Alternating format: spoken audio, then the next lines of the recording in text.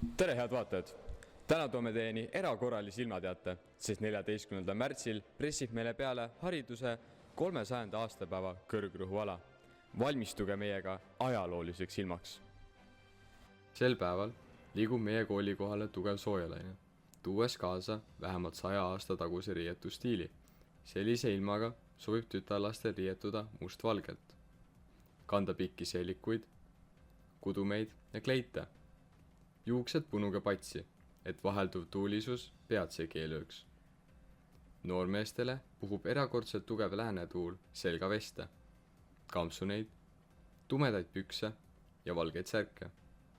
Puhanguti puhuvad tuuleeilid toovad kaasa ka linased riided ja ülikonnad.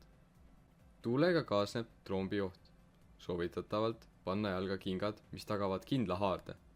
Tossudega sel päeval ära välja mine, kuna võimalik jäide lööb jalad alt.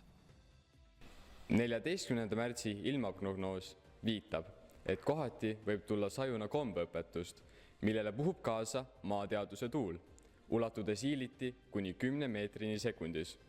Päeva peale õhurõhk langeb, millega kaasnevad rehkendustsüklonid.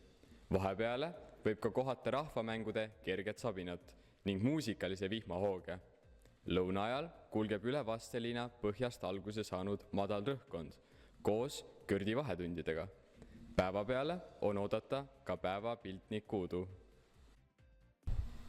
Kuid olge valvsad, ilmakaardilt on näha, et 14. märtsil võivad stiilitormi tekitada teksade rüngpilved ning pusade ja dresside kihtpilved. Samuti hoiatatakse nutitelefonide ja kellade pikse eest, mis võivad häirida ajaloolise atmosfääri stabiilsust. Teie enda turvalisuse tagamiseks peab sel päeval vältima igasuguste nutiseadmete ja interneti kasutamist.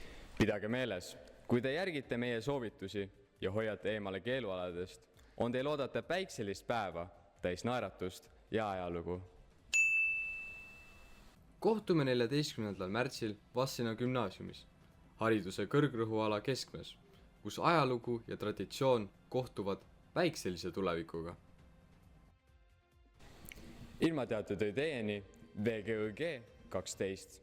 Ilusat päeva jätku soovib ilmateadustaja Oppar.